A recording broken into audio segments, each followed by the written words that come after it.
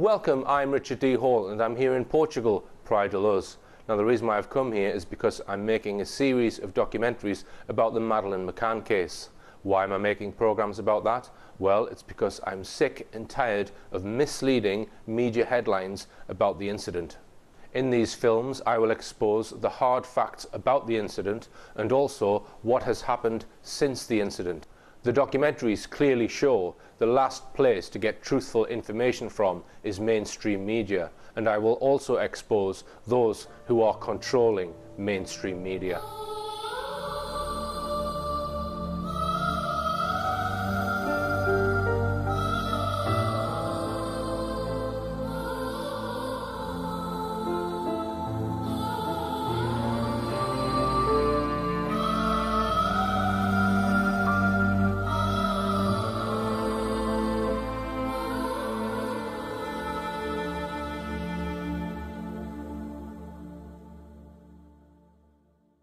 In our first two shows, we've examined some of the key statements made by the McCanns and their friends about what they insist was the abduction of Madeleine. We saw how there were numerous changes of story and outright contradictions. And we saw how the stories surrounding what was supposed to be the last time Madeleine was seen by anyone other than the McCanns, namely their close friend David Payne, was riddled with a series of clear contradictions. The accounts of this supposed visit, when Dr. Payne claimed to have seen all three children dressed in white pyjamas and looking angelic, were so at odds with each other that anyone would have had good reason to doubt whether this visit ever took place at all. We referred to the report of Police Inspector Tavares de Almeida, who at the time the McCanns were pulled in for questioning filed a detailed report giving numerous reasons why the police were sure that Madeleine had died in the McCanns' apartment and that therefore they must have hidden her body. And then finally we examined the convincing evidence provided by one of the world's top dog handlers, Martin Grime, and his two cadaver dogs, Eddie and Keeler, who alerted to the scent of a corpse in 11 places and to blood at some of those locations. We then saw how the McCanns struggled in all sorts of convoluted ways to try and explain why the dogs alerted to the smell of human cadaver and blood.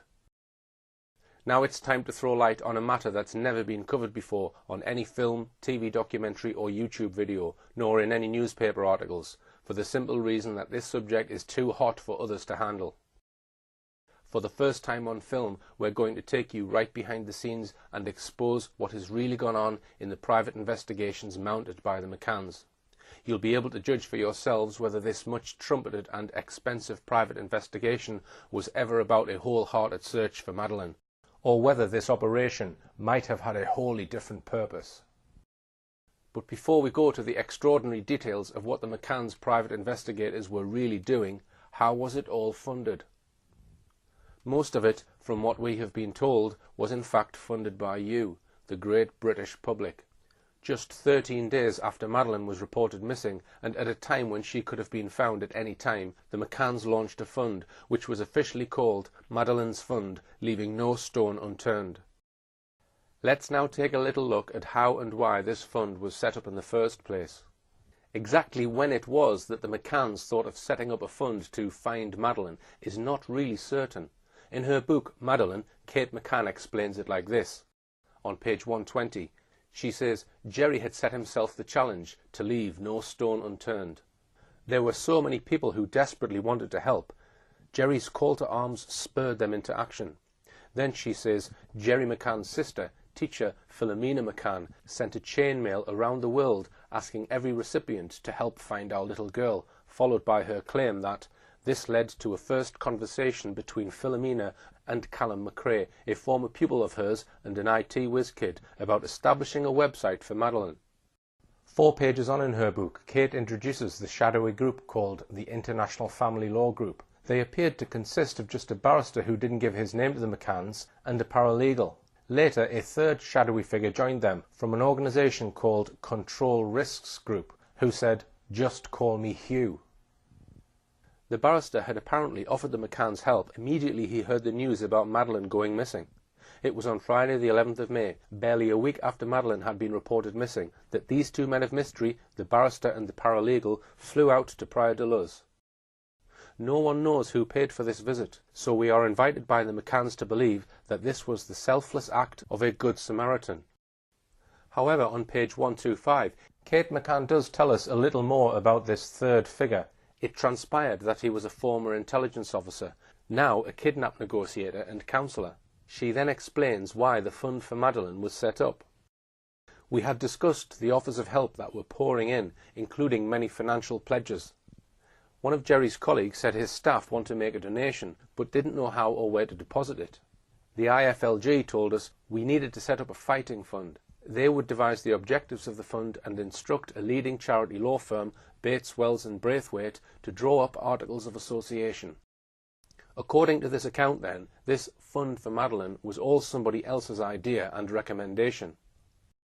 And so it was that just days later the organisation Madeleine's Fund, Leaving No Stone Unturned, was founded, and the McCanns began collecting what turned out to be millions of pounds, donated mostly by the ever-willing and generous great British public. In a moment we are going to examine how all that money has been spent, or perhaps, as I'll show, frittered away. It's important to emphasise that Madeleine's Fund is not a charity, although many people think that it is. It is in fact a private company, set up as a trust. And importantly, it is controlled by the McCanns and members of their family. The current directors of Madeleine's Fund are Jerry McCann, Kate McCann, Brian Kennedy, uncle of Kate McCann, Edward Smethurst, the McCanns' coordinating lawyer and a top Freemason, John Corner, close family friend of the McCanns and Madeleine's godfather, and Michael Linnett, family friend and accountant, member of a secretive Catholic Masonic society, the Catenians. What was the original purpose of this fund, though? The honest answer is that it was intended to be a fighting fund to meet legal expenses. In other words, from the get-go it was intended to provide funds for the defence of the McCanns. Just 10 days after Madeleine had been allegedly abducted, and could still have been found alive, why would the McCanns be thinking of needing a legal fighting fund? It was a relative of theirs in the same village, Kate McCann's uncle, Brian Kennedy, who gave the game away in a TV interview in the village. But I'm joined now by Madeleine's great-uncle, Brian Kennedy, and he's going to tell us about the Fighting Fund. What's been the public's response to it, Brian? Well, it's been very good so far, but a lot of people have said they're not quite sure how they can give money, so may I tell them? Yes, very briefly. Right, very briefly. You can go into any branch of the NatWest or the Royal Bank of Scotland and just say that you would like to make a contribution to the Madeleine Fund. But tell me, Brian, about all the people that have been coming up to you today, just literally stuffing money in your hand. Yes, they have. It's very touching, very touching. I would just say this is not an appeal. The family haven't made an appeal. We've just set up a mechanism for people who said they wanted to do something and contribute, so that the money can be used for all sorts of reasons, but probably mainly for legal expenditure. That was an honest answer. The McCanns already knew or sensed that they would be needing top-line solicitors and barristers. And indeed, over the past 7 years, the McCanns have had legal help worth an estimated £4 million or more. Here's a list. They have spent 5 years trying to claim £1 million damages from Dr. Conchalo Amaral, the coordinator of the initial investigation into Madeleine's disappearance, and attempting to ban his book, The Truth About a Lie. They spent nearly £400,000 silencing retired solicitor Tony Bennett with a libel action after he wrote 2 books on the case. And they've spent a small fortune on legal advice from a series of top solicitors and barristers who have advised them in relation to their having formally been declared suspects in the disappearance of their own daughter and the risks of being extradited to Portugal to face charges. But very soon the message was changed. The fund was not to be used for legal expenses, apparently. Instead it was to be used to find Madeleine, and they launched a major Look for Madeleine campaign. How much the McCanns have raised in the way of donations and other contributions to their fund is shrouded in mystery. Equally unclear is exactly how all the money has been spent. Although the Madeleine's Fund directors have produced annual reports, as required by company law, these are very opaque. Dublin-based accountant Enid O'Dowd has written a major analysis of the fund, titled Madeleine's Fund, Review and Investigation of Accounts. Enid O'Dowd's report shows that the company only complies to the bare minimum with legal requirements and does not show a detailed breakdown of where the income has come from and on what it's been spent. and this despite the McCanns' claim that they wanted their fund to be transparent. But we don't have time to dwell on the operation of the fund. What we do know is that a significant portion of the fund has been spent on a series of detective agencies and investigators. I'm now going to put them under the microscope. But first, let me explain how the McCanns' private investigation operation has been directed, and by whom. The first thing to say is that the McCanns have always maintained that decisions about the private investigation have been made by the directors of Madeleine's fund, whose names I have mentioned, but the real controller of the McCanns' private investigation all along has been a Cheshire businessman by the name of Brian Kennedy. This is not Kate's uncle, Brian Kennedy, who lives in Rothley. This Brian Kennedy is a major multimillionaire businessman. He lives in a palatial mansion in the Cheshire countryside. He has a large business empire which includes his Latium Group, based in Wilmslow, Cheshire, and double glazing companies such as Weatherseal. His companies have a number of times come under scrutiny for what we might call sharp business practice. Most recently this year, when the now defunct Office of Fair Trading issued a damning report on Kennedy's Weatherseal company. He is perhaps most well known beyond the world of business as the chairman of successful rugby club Sale Sharks, who are also based in Cheshire, and for his bold but unsuccessful attempt to take over Rangers Football Club. But his venture into sport has not always been successful.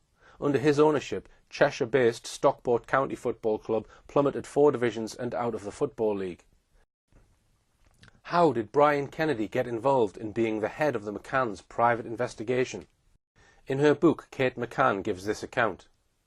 On Wednesday the 12th of September, just 3 days after the McCanns had returned from Portugal, Jerry was contacted by Edward Smethurst, a commercial lawyer. He represented a businessman called Brian Kennedy, a successful entrepreneur who owned various companies, including Everest Windows. He said that Brian, like many people, had been following the unfolding drama of Madeleine's disappearance. And now, seeing things going from bad to worse, he could no longer stand idly by and watch. And so it was that just 2 days later, a top London lawyer, Angus McBride, from city firm Kingsley Napley, drove all the way up from the south to Rothley to pick up the McCanns and drive them to a meeting in London where they met with Kennedy for the first time, and a battery of top lawyers. The McCanns claim that it was only after this meeting that Brian Kennedy devised his campaign to run a private investigation to find Madeleine. Kennedy promptly bought a house in Knutsford, again in Cheshire, as the base for his investigation. He and the McCann team have been very secretive about this base, but clips of it were shown in a Channel 4 documentary on the case, shown in May 2009. Kennedy made 2 swift decisions. He appointed an expert in money laundering, Gary Hagland, as his British-based lieutenant, whilst at the same time making the seemingly bizarre decision to appoint a highly controversial Barcelona-based detective agency, Metodo 3, translated as the Third Method, to try and locate Madeleine. So let's take a look at Gary Hagland and what we know about him and his work for Brian Kennedy and the McCann team. Here's a summary of what we know about his personal history.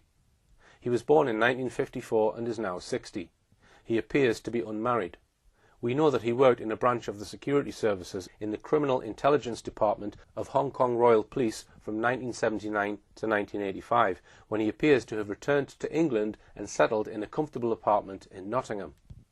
What he did for the next 6 years is a mystery, but in 1991, at the age of 37, we find him employed as an Associate Director of Compliance at accountancy firm Albert E. Sharp & Co. Compliance is an area of practice which deals with complying with ever stricter financial regulations. For him to have become a compliance director, Hagland would have had to have been familiar with all the up-to-date financing and banking regulations, including knowing all about the various scams and schemes associated with money laundering, a major part of the modus operandi of drug lords and other major criminals. In 1993, he published an article also covering money laundering in the Journal of Financial Regulation and Compliance, titled Effective Compliance versus Regulatory Gestation. Clearly, he was very much an acknowledged expert in money laundering by this time. During the 1990s, he suddenly becomes the director of a number of companies whose precise purpose is obscure. And then in 1999, we find an article about him in a journal called Money Laundering Bulletin. 2 years later, in 2001, we find an article about him in the Financial Times Director magazine, where he is described as follows. Gary Hagland is a consultant with law firm Rag & Co, advising clients on the active management of compliance risks, including money laundering. Mr. Hagland paints a broad picture of the type of non-financial services businesses that may well be targets for the money launderer. According to Mr. Hagland, a problem for companies in complying with anti-money laundering activities is that their prevailing culture and ethos does not lend itself readily to accommodate scepticism about prospective customers. Rather, the opposite is likely to be the case. To tackle the possible threat of being unwitting accomplices to a money laundering scheme, the challenge for non-financial businesses is to change their mindset, their core attitudes. The reputational focus of most businesses is clearly not on money laundering, says Mr. Hagland. The risks associated with money laundering are clear enough. Money laundering is a criminal offence. Any individual caught helping to process the proceeds of crime faces a lengthy sentence. Companies which stand accused of assisting with money laundering operations also risk substantial damage to their reputations. But how can you tell a money launderer? Money launderers are extremely well funded, well advised, and make use of technically elaborate and sophisticated schemes to cover their tracks. We are left in no doubt at all. Gary Hagland is a sought-after man because of his experience in one thing in particular: money laundering.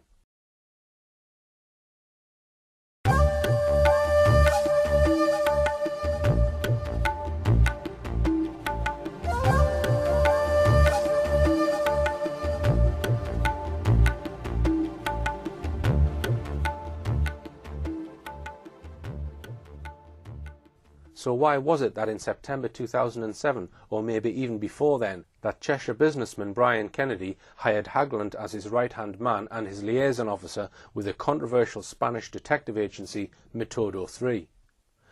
Was it because he had any sort of track record in tracing and finding missing children? Clearly not. Why hire a man who is an acknowledged expert in financial compliance to look for a missing child? Hagland was to carry on working for Brian Kennedy and the McCanns, meeting with investigators from Metodo 3, both in their Spanish headquarters in Barcelona and in Brian Kennedy's headquarters in Knutsford. It's time now then to take a very close look at this Spanish detective agency, Metodo 3. Little has been written up about them in the mainstream British press. The tabloids would merely recycle claims by the McCann's public relations officer, Clarence Mitchell, about what a great detective agency it was, explaining that the Spanish agency was carefully chosen for its reputation and its position close to Portugal.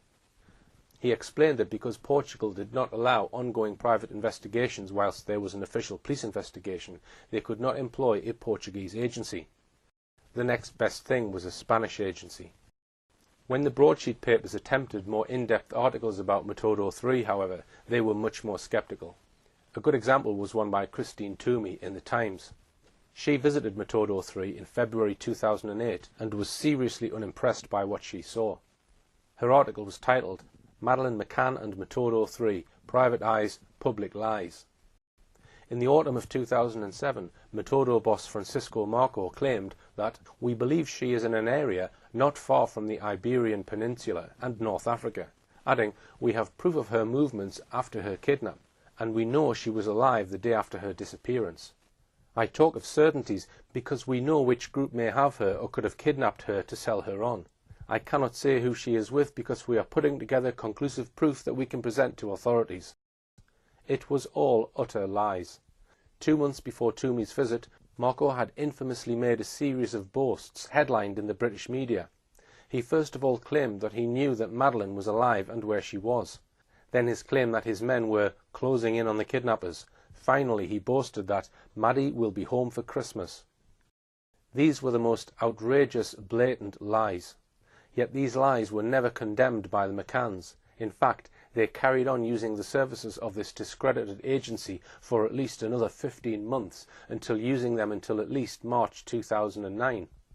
In her article, Christine Toomey noted that on the very day Mr. Marco bragged about Madeleine McCann being home by Christmas, Metodo 3 moved from a cramped premises above a grocer's shop specialising in sausages in Barcelona's commercial district to a multi-million-pound suite of offices in a grand villa on one of the city's most prestigious boulevards.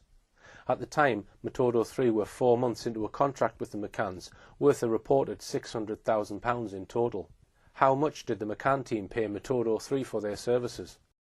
On the 29th of November 2007, Jerry McCann on his personal blog wrote that the Find Madeleine Trust was paying the £50,000 a month fees.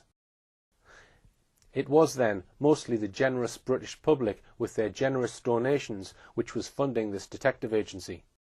If the McCanns carried on employing them for 15 months after Francisco Marco's lying boast that Maddie will be home for Christmas, we must assume that the McCanns were very happy with their work. We will examine more of that work in a moment. Back to Christine Toomey's article in The Times. She made some acid comments on what she found in her visit. There is no discernible ringing telephones, little sign of activity of any kind, other than a woman searching for a lead to take a pet poodle for a walk, and the occasional toing and froing of workmen putting finishing touches to the sleek remodelling of the office complex. Opposite the boardroom is an open-plan area of around half a dozen cubicles, equipped with banks of phones and computers. Most are empty when I arrive. That tended to expose Marco's claims to have 40 people employed full-time or part-time in the search for Madeleine as false. The British press at the time, however, simply printed this unlikely claim without questioning it.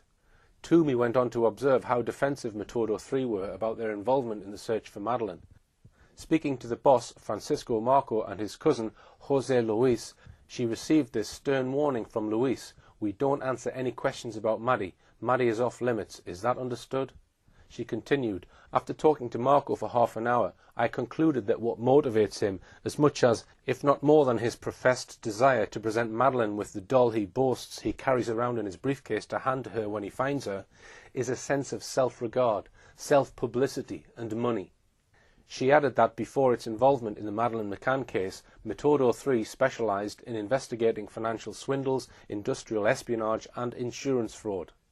Money laundering was another of its areas of expertise. There is no evidence that Metodo 3 had any experience whatsoever in searching for, let alone finding, missing children, though they had made a completely false claim to have located 23 children. Toomey describes how her interview with Metodo 3 ended.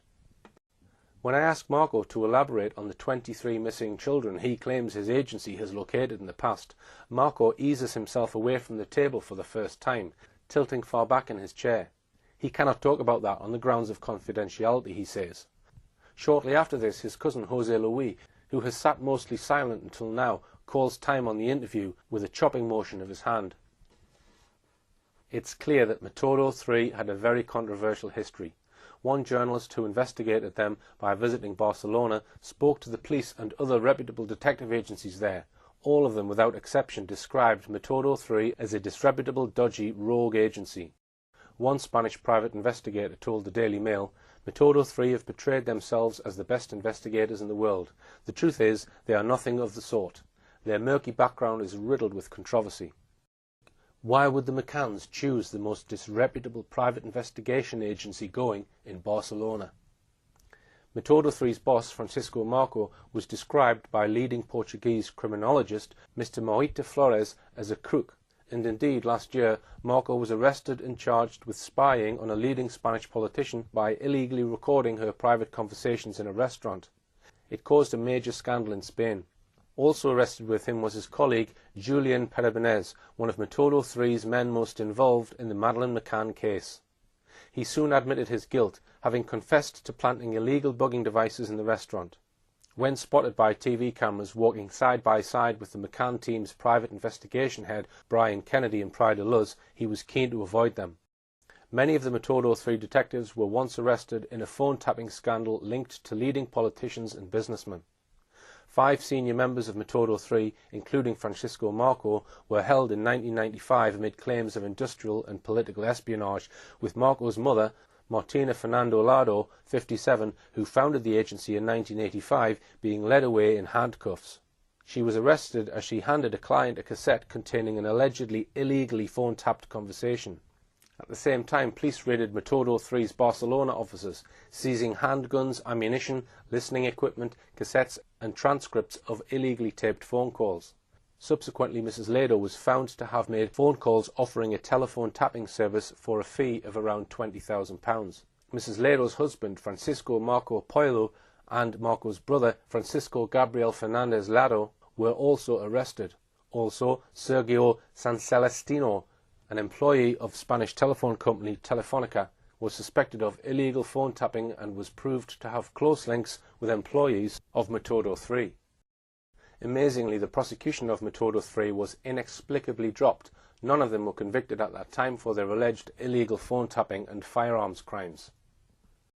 Not long after Christmas 2007, the McCann team nearly suffered another major embarrassment when their lead investigator on the Madeleine McCann case, Antonio Gimenez Razo, once described as Metodo 3's detective in charge of special operations, was arrested on serious criminal charges.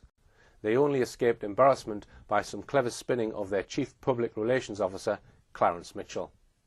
Antonio Gimenez Razo was soon afterwards charged, along with his twin brother, with stealing 400 kilograms of cocaine, nearly half a ton, from an illegal shipment of 1,500 kilograms said to have been worth £25 million on a ship coming from Venezuela. He was also charged with breach of trust, misconduct in a public office, that is, corruption, corruption of public officials, and illicit criminal association. The alleged offence occurred in December 2004 and involved what a court was later to describe as an exceptionally violent and ruthless criminal gang involving at least 27 individuals. It emerged that Gimenez Razo had until December 2004 worked as a chief inspector in the Drugs and Organised Crime Unit for the Barcelona Regional Police. He had left the police under mysterious circumstances, just when an internal investigation was looking into how those 400 kilos of cocaine had disappeared. He then went to work for the controversial Metodo 3 detective agency in August 2005, joining the McCann's team's private investigation 2 years later. He spent the next 4 years in jail, remanded in custody.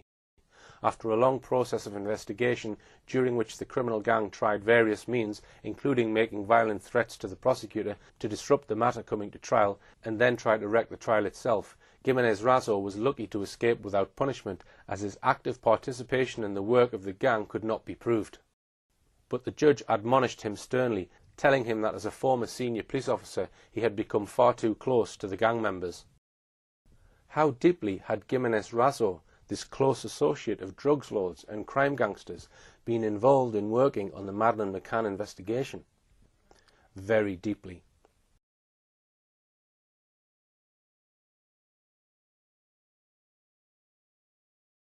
It has now become clear that an early suggestion of the McCanns was to suggest to the world that Madeleine had been stolen to order by a wealthy North African family and was probably in Morocco. The McCanns visited Morocco in June 2007 and promoted Madeleine's disappearance while they were there. A number of people visiting Morocco claimed to have seen Madeleine, but that was at a time when the media frenzy was at its height and Madeleine was being seen here, there and everywhere. Once Brian Kennedy was made the operational head of the McCann's private investigation, and he had appointed Gary Hagland as his liaison man with Metodo 3, the two men lost no time in working out a detailed plan which focused on promoting the notion that Madeleine was most likely in Morocco. Hagland was sent to London to discuss the Moroccan project with a former MI6 colleague who worked on the Foreign Office's Moroccan desk. A huge boost to what we might term the McCann's Moroccan project came when there was a burst of media speculation in late September 2007 about whether a white girl being carried on the back of a Moroccan peasant woman could be Madeleine McCann. As it turned out, the girl, Bushra Bashina, was proved just days later to be a Moroccan girl being carried by her mother. How the photograph of her came to be taken and how the McCanns came to get it before it got to the police remains, like so much else, a deep mystery. It was clearly the McCann team who briefed the press and gave the media the photograph in question. Here is how Kate McCann explains it all in her book. On the 25th of September, we heard that a little blonde girl resembling Madeleine had been spotted with a group of Moroccan peasants. We received a photograph. She doesn't explain who took it, nor how it got to them. She goes on to say that the child looked too young to be Madeleine, adding that the picture was too grainy for us to be absolutely sure. The day the photograph appeared in all the British press, 25th of September, as Kate says, a contingent of the press pack jumped on planes to Morocco to try to track down Madeleine. She then explains that Brian Kennedy called us later that evening to ask if we would like him to fly out to Morocco to find out for certain. Kate says they were not sure this was necessary or wise, but she says off went Brian on his plane, his own private jet, to northern Morocco. It sounds as if this was just a spur-of-the-moment decision by a genuine man just wanting to do all he could to find Madeleine. However, what Kate McCann appears to omit in her book is that this was no snap decision by Brian Kennedy. It seems he may have pre-arranged to meet Metodo 3's man in Morocco, Antonio Gimenez Razo. The plane flight to Morocco may have been arranged a week or two in advance. The publicity about Bushra Bashina simply appears to have coincided with his pre-planned visit. Antonio Gimenez Razo, a Spaniard, was the McCann team's main man in Morocco, also a Spanish-speaking country. This would enable him to work on the ground in Morocco and converse easily with those he wanted to speak to. The stated purpose of Gimenez Razo being based in Morocco that autumn was simply to find Madeleine. But let's now examine his actual actions. One of his key roles appears to have been simply to look for any witnesses who were prepared to say they might have seen Madeleine alive. There were reports that Gimenez Razo and other Metodo 3 detectives were going around Morocco offering ready cash to anybody who would say that they had seen Madeleine. This was dramatically confirmed by a newspaper report stating that the Moroccan government had taken the highly unusual step of expelling a man who had been visiting hotels and garages in various parts of Morocco, offering people money if they could claim to have seen a girl looking like Madeleine. The report did not name the man or his nationality, but it could well have been Gimenez Razo. After this, we suddenly find Antonio Gimenez Razo and his boss, Francisco Marco, turning up at the Portimao police station, which was the headquarters of the official investigation in Portugal. They were there to talk to the Portuguese police. This was on the 13th of November 2007, and with them for this most important meeting was the man directing the McCann's private investigation, Cheshire multimillionaire Brian Kennedy. So what was this meeting between the Portuguese police and the McCann's private detective all about? It had come about with the help of Gimenez Razo. He had used his various connections with the police in Barcelona to get the Barcelona police chief to ring his opposite number in Portugal and ask for a meeting. He said that Metodo 3 had vital evidence about who might have taken Madeleine. The meeting was duly arranged, and Brian Kennedy jetted in from Cheshire to meet 3 Portuguese police officers. The Metodo 3 men had flown several hundred miles to attend this meeting. Kennedy flew some 1,500 miles. They must have considered it worth it. There, the 3 men wove elaborate and believable tales about 3 possible suspects. The Portuguese police took notes. They followed up what may have seemed promising leads to them. None of them came to anything. The only purpose they served, in fact, was to waste valuable police time. We have established, then, that Gimenez Razo spent 4 years in prison, remanded in custody for offences connected with his associations with members of a violent criminal gang. We have established that the McCann team not only employed him, but that he was the leading detective used by the McCanns. When Gimenez Razo was arrested in February 2008, the press immediately pointed out that he was one of the McCann's private detectives. How did the McCann team react? They denied it outright. Their spokesman, Clarence Mitchell, said, "He is not one of our team." It was an outright, outrageous lie, as we've just shown. That wasn't the only meeting that Brian Kennedy had that day, however. Let's have a quick look at the other meeting he had that evening. His meeting was at a villa near Praia de Luz called Sal Salito.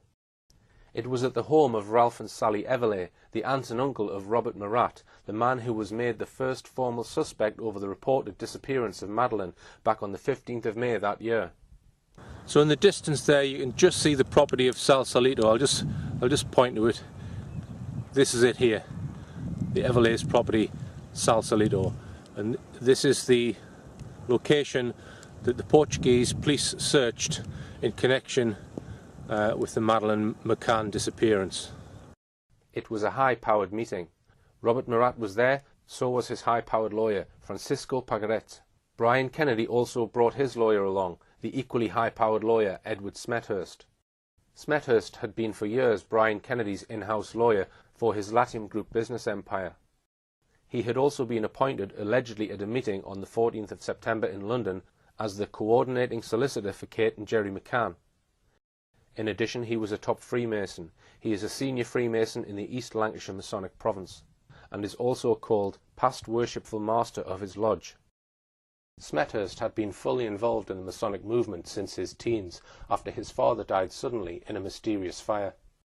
His mentor in the lodge was the former head of legal services at British Nuclear Fuels Limited, Alvin Shuttleworth. After he qualified as a lawyer, Smethurst was given the job of assistant legal officer by his mentor Shuttleworth, where he soon became involved in defending compensation claims from leukemia victims in Cumbria who lived near the Sellafield nuclear site. In November 2007, Smethurst appeared in a panorama programme on Madeleine's disappearance. It was quite clear when Kate and Jerry came back to the UK that they were subject to an open season of abuse in the media. They'd obviously gone through the tragedy of having the daughter taken in very unfortunate circumstances. And to make matters infinitely worse, we're now subject to a trial by media. So the main question we have to ask about this meeting is, what was it for? Here in the same room together we had the first suspect, Robert Murat, and his lawyer, Smethurst, the lawyer for the second and third suspects, the McCanns, and the McCanns team's head of their private investigation, Brian Kennedy. The meeting was kept secret, but leaked out in local Portuguese newspapers. Kennedy was asked why he had flown out all the way for a private meeting with the then chief suspect, Robert Murat. He replied, to offer him a job helping to find Madeleine. You can judge for yourself how credible an explanation that was.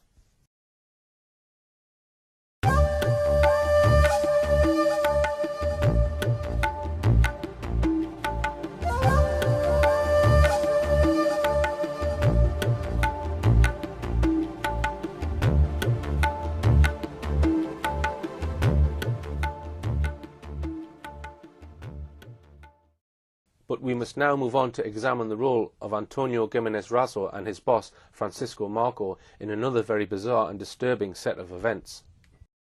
Some of you watching may remember, back in the winter of 2008, the scenes of a team of divers looking in a murky lake for Madeleine's bones. At the very centre of this search for bones was another man we must now introduce. Also part of the Metodo 3 setup, a lawyer called Marcos Aragao Correa. He was a young lawyer in his early 30s who hailed from the island of Madeira. When the story first broke in late 2008, he presented himself as a good Samaritan-type bloke who dipped into his own pocket to fund this search, based, he said, on information received. So what was this information received? He told an extraordinary story. Days after Madeleine was reported missing, he said, what he referred to darkly as underworld sources had told him that Madeleine had been abducted, then raped, then killed, and then her body had been thrown in a murky lake. He said he had told Portuguese police about his information, but they had ignored him. He had then set about working out where this murky lake was, and, using clues received in a vision or a dream, he had got out some maps, toured the area, visited several lakes, and decided that Madeleine's body must be in the Arada Dam. There was a tower by the side of the lake. He had reasoned that if, as he had been told, Madeleine had been thrown in the lake, she must have been thrown in from the tower. Accordingly, he instructed his divers to search just the part of the lake that was near the tower. He, or others, had made sure the media and press were there to record the event, and Britain's mainstream media, as usual, lapped up and uncritically recycled the story as gospel. There was only one problem with the story. It was utter bilge. Total lies from start to finish. In the end, Marcos Correa was forced, under the pressure of relentless questioning from the media, to admit that he had told everybody a pack of lies. He said he would now tell the truth. The new story ran as follows. 2 days after Madeleine was reported missing, he went to his first ever spiritualist church meeting. He went home and then had a vision of a huge powerful man strangling a blonde girl about Madeleine's age. Later, he says, he heard about the disappearance of Madeleine McCann and linked his vision with her disappearance, and that is how he became interested in her. Later, another vision of a murky lake came to him, and that, again with the aid of maps, led him to the search of the Arada Dam. Unfortunately for Marcos Correa's credibility, that story also crumbled under pressure, and he had to admit that that one was false as well. To return to the searches of the dam, there were two, one in late January and early February, and another week-long search in March. In each case, a team of British divers was used. Once again, Marcos Correa, under pressure, admitted that another part of his original story was also a lie. He was not in fact a good Samaritan after all. He had been paid by Metodo 3 to carry out these searches of the dam. And of course Metodo 3 was being employed by Brian Kennedy on behalf of the McCann team. So in searching this dam, who was this man really working for? Quite plainly, he was working for the McCanns. And as most of the money for employing Metodo 3 was coming from the generosity of the British public, it was our donations that were funding this search. He first of all said that he had paid for these searches of the dam out of his own pocket. In the event there was much media coverage of both the searches. An item of clothing was found which it was said could be Madeleine's. It wasn't. Then a bag of bones was found, which it was claimed could be Madeleine's. They were ostentatiously passed to the Portuguese police. They weren't Madeleine's bones. They were animal bones. Eventually the searches were called off. But now we come to a still more sinister part of this story, and that is that this search of the Arada Dam was planned at least 7 weeks before it happened. As Marcos Correa later explained in a magazine article, he had met with Francisco Marco and Antonio Gimenez Raso of Metodo 3 at this very Arada Dam on the 10th of December 2007. This may have been the very first time that Marcos Correa had been introduced to the two Metodo 3 investigators. They each had to travel a very long way. For Marco and Gimenez Raso, the trip from their Barcelona base was 700 miles. From Marcos Correa's base on the island of Madeira, it was nearly 1,000 miles. Who was it arranged for this meeting? Correa, as we've seen, worked for Metodo 3. We know that Francisco Marco and Gimenez Raso from Metodo 3 were employed by Brian Kennedy from September 2007. Therefore, all three were Metodo 3 men, appointed by Brian Kennedy on behalf of the McCann team. Therefore, what appeared at first sight to be a genuine effort by a good Samaritan to check out information he had received that Madeleine's body might have been thrown in the Arada Dam, turns out instead to have been a meticulously planned event by Metodo 3. And in funding this search, with the help of donations from the British public, they were relying, we now find out, on a man who lied through his teeth not once, but twice, about how he came to be interested in what really happened to Madeleine.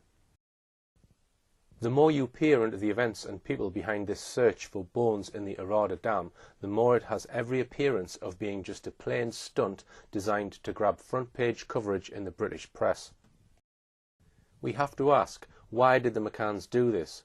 What was the whole purpose of this exercise? Why did three people employed by the McCanns travel a total of thousands of miles to meet at the dam in December 2007?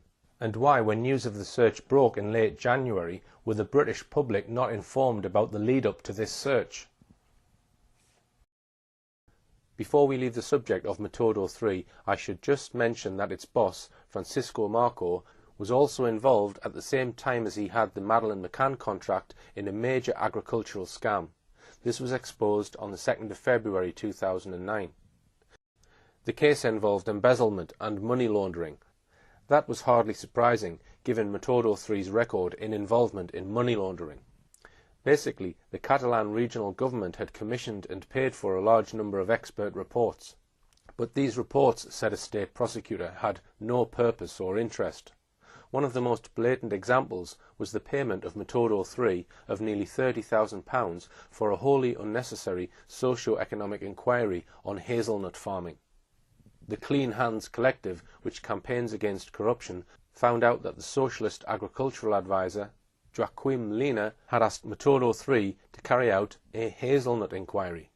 But Metodo 3's report was found to be merely a cut-and-paste job from an internet report on the hazelnut industry in a regional magazine, El Confidencial.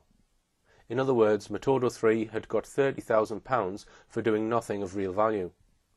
In March 2008, the McCanns ceased using Metodo 3 full-time, but retained their services on a part-time basis. It's time now to look at the extraordinary person the McCanns and Brian Kennedy now put in charge of their search for missing Madeleine. It was a company with the grand title of Oakley International. When news that Metodo 3 had been replaced leaked out in the press, the McCann spokesman Clarence Mitchell described them as the big boys of international private investigation. Once again, the British mainstream press simply reproduced this claim without bothering to look behind it. In fact, Oakley International was basically a one-man band run by an Irish fraudster and conman, Kevin Halligan. Also involved with him was ex-MI5 friend Henry Exton. We would know very little about Halligan but for a penetrating article published on the 24th of August 2009 by security expert and writer Mark Hollingsworth in the Evening Standard. These were the main facts that he revealed. Brian Kennedy and the men he employed, such as Metodo 3 employees we've looked at, scared off witnesses, talking to them so aggressively that some of them later refused to talk to the police, wasted funds and raised false hopes. Brian Kennedy and his son Patrick had to be questioned by Portuguese police after attempting a rash 24-hour stakeout of a house where they thought Madeleine was being held. She wasn't being held there. The relationship between Metodo 3 and the Portuguese police then completely broke down. Kennedy's investigators had little experience of the required painstaking forensic detective work.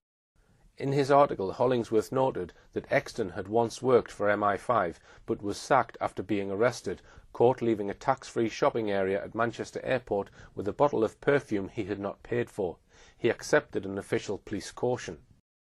As for Kevin Halligan, Hollingsworth was damning.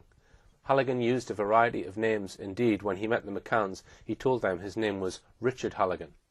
He falsely claimed to have worked for GCHQ and made other false claims and extravagant claims about himself. In 2006, the year before Madeleine went missing, he secured a contract with Dutch firm Trafigura. They had dumped toxic waste in a landfill site near Abidjan, the main city in Ivory Coast, causing severe physical illness to hundreds of people living nearby. The government had imprisoned some of Trafigura's executives. Trafigura appointed Halligan on a lucrative contract to help with negotiations to release its executives. He failed, meaning that Trafigura had to pay the eye-watering sum of around £125 million to secure the release of its executives. As Hollingsworth pointed out, Halligan made a fortune from Trafigura and was suddenly flying everywhere first class, staying at the Lansborough and Stafford hotels in London and the Willard Hotel in Washington, D.C. for months at a time. He then went on to describe what Halligan was doing when he was supposed to be working for the McCanns. He actually only worked for them for 4 months, as his 6-month contract was terminated early. During this time he was paid the sum of £500,000 plus expenses. It was a daily rate of about £6,000 a day. On top of that, his first month's expenses claim was nearly £50,000. Yet he had absolutely no experience in tracing and finding missing people. During the Madeleine investigation, says Hollingsworth, Halligan spent vast amounts of time in the Hey Joe bar in the basement of the Abracadabra Club near his Jermyn Street office. Armed with a clutch of unregistered mobile phones and a BlackBerry, the bar was in effect his office. He was there virtually the whole day. He had an amazing tolerance for alcohol. When not imbibing in St. James's, Halligan was in the United States. On the 15th of August 2008, at the height of the McCann investigation crisis, he persuaded Andrea Hollis, a former US Drug Enforcement Agency official, to write out an $80,000 check to Oakley in return for a 10% shareholding. The money was then transferred into the private accounts of Halligan and his girlfriend, Shirin Trakitis, to finance a holiday in Italy. Halligan later faced a $6 million lawsuit in Virginia concerning an allegation that he repeatedly and systematically depleted funds from Oakley's bank accounts for inappropriate personal expenses.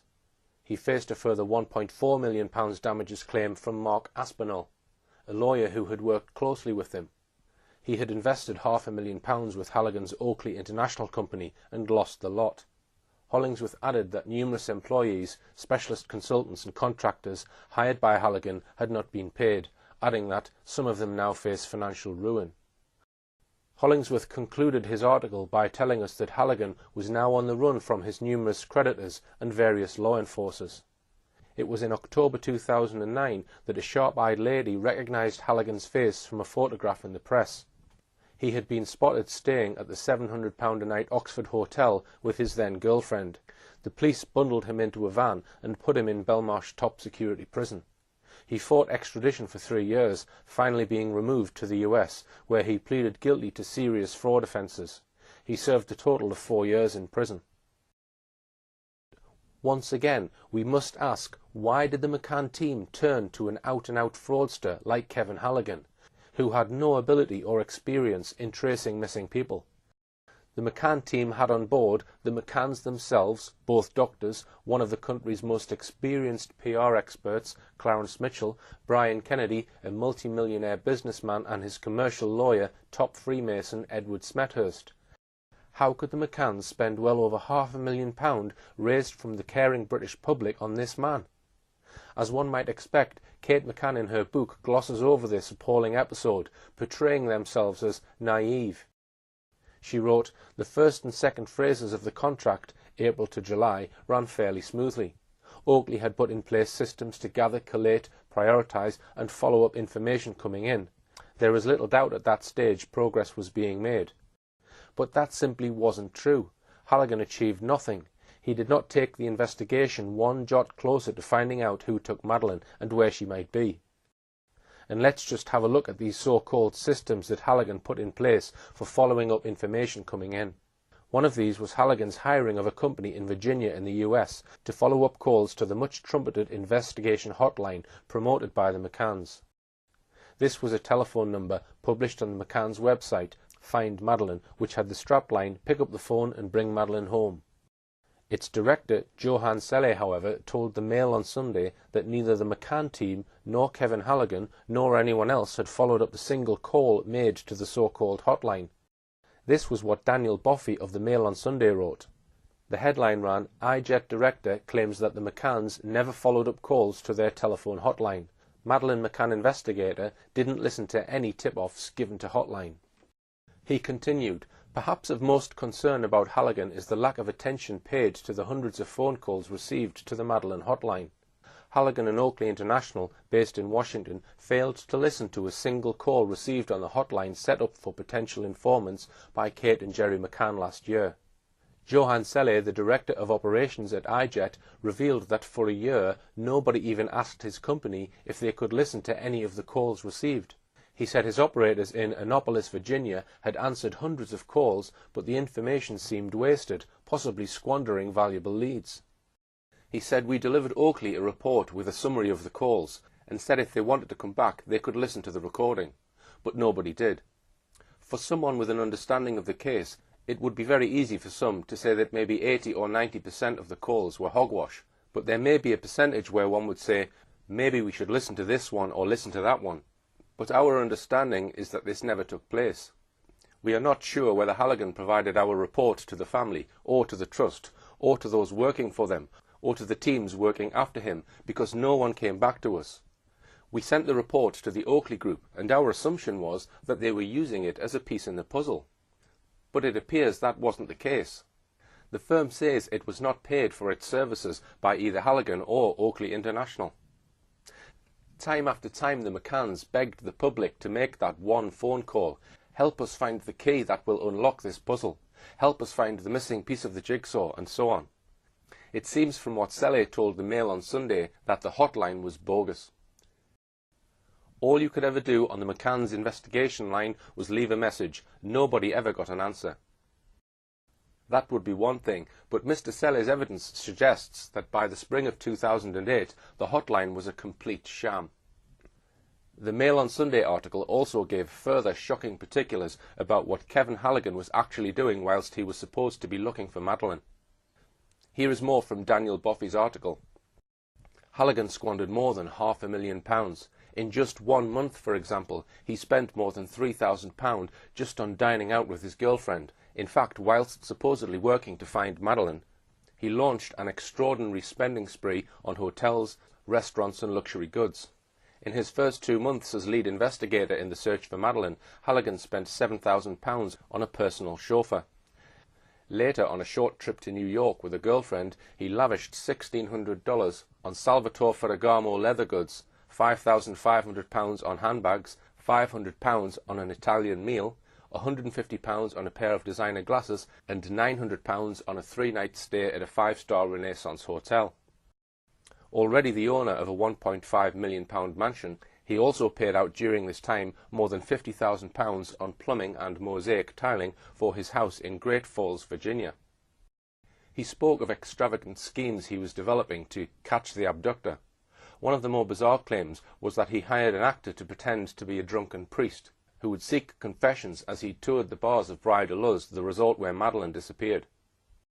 He told others that a family with a Madeleine look-alike daughter had been paid to set up home in a nearby resort in order to tempt out a potential kidnapper. There is no evidence that he did either of those things. Indeed, acquaintances describe him as a Walter Mitty character. After being pursued by creditors demanding to be paid for work done helping him, Halligan fled to Rome with Miss Traschitis.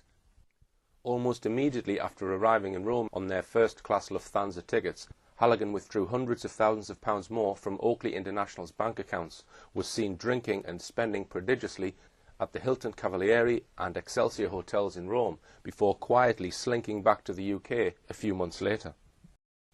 Halligan was a fraudster, conman and thief. He served 4 years for some of his frauds. The McCanns, Clarence Mitchell, Brian Kennedy and Edward Smethurst are all top-notch professional and business people. How can we possibly explain this high-powered group of professional people employing such a low-life fraudster for the task of looking for Madeleine and the person who allegedly abducted her?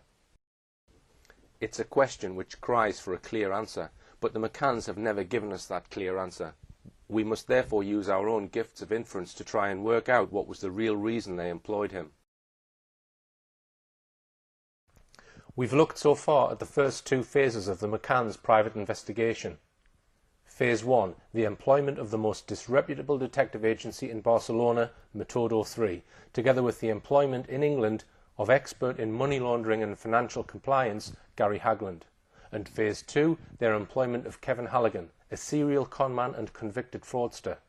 In Part 4, we'll conclude our probe into what really went on in the McCanns' private investigations, and conclude our series of films with an examination of the British government in assisting at every opportunity the McCanns to maintain their claim that Madeleine was abducted.